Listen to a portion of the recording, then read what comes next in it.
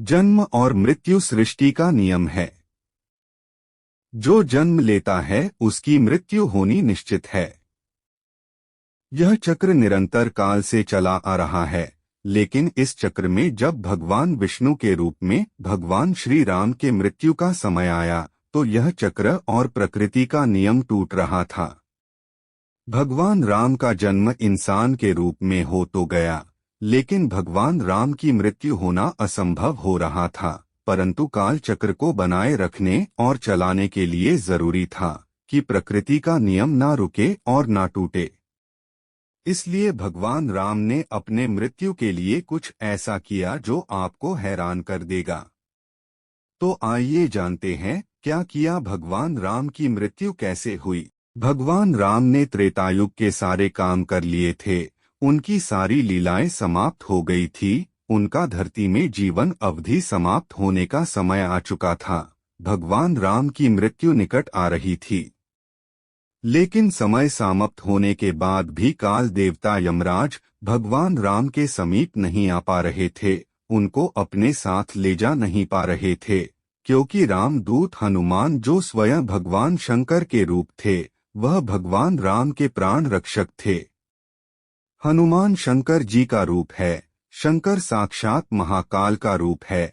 महाकाल से उसके आराध्य और भगवान राम के प्राण छीनकर ले जाने की हिम्मत ना यम में थी और ना किसी और देवता में थी।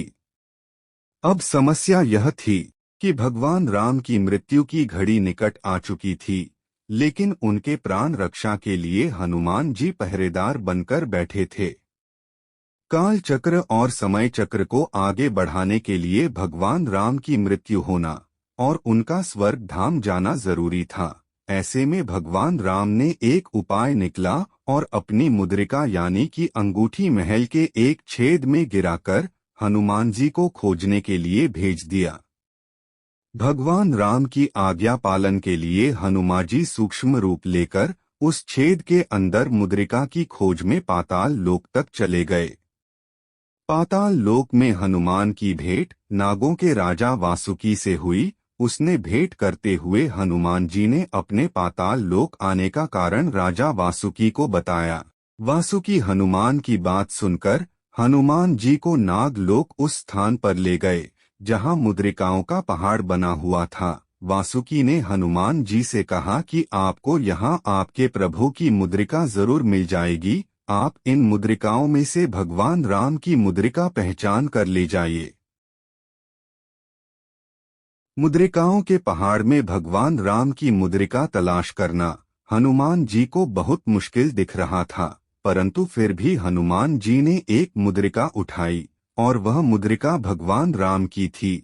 फिर हनुमान ने दूसरी मुद्रिका को देखते हुए उसको उठाया तो वह भी भगवान राम की ही थी। धीरे धीरे हनुमान जी ने अनेक मुद्रिका देखी तो सब उसके प्रभु श्री राम जी की ही थी। इन सबको देखकर हनुमान जी आश्चर्य से भर गए और सोचने लगे कि ये कैसा रहस्य है। तब नागों के राजा वासुकी ने इस रहस्य को उजागर करते हुए हनुमान जी को बताया कि समय चक्र और काल चक्र अपनी गति से घूम रहा है।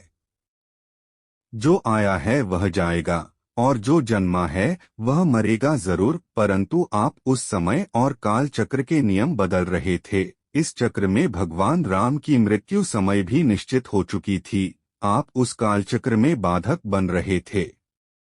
आपको मुद्रिका के बहाने पाताल भेजकर भगवान राम ने मृत्यु को प्राप्त कर समय और काल चक्र के नियम को बनाए रखा। इस तरह भगवान राम की धरती यात्रा समाप्त हुई और वो स्वर्ग धाम में प्रस्थान कर गए। इस तरह से भगवान राम की मृत्यु हुई। हम ये भी कह सकते हैं कि भगवान राम ने इस तरह से मृत्यु प्राप्त की।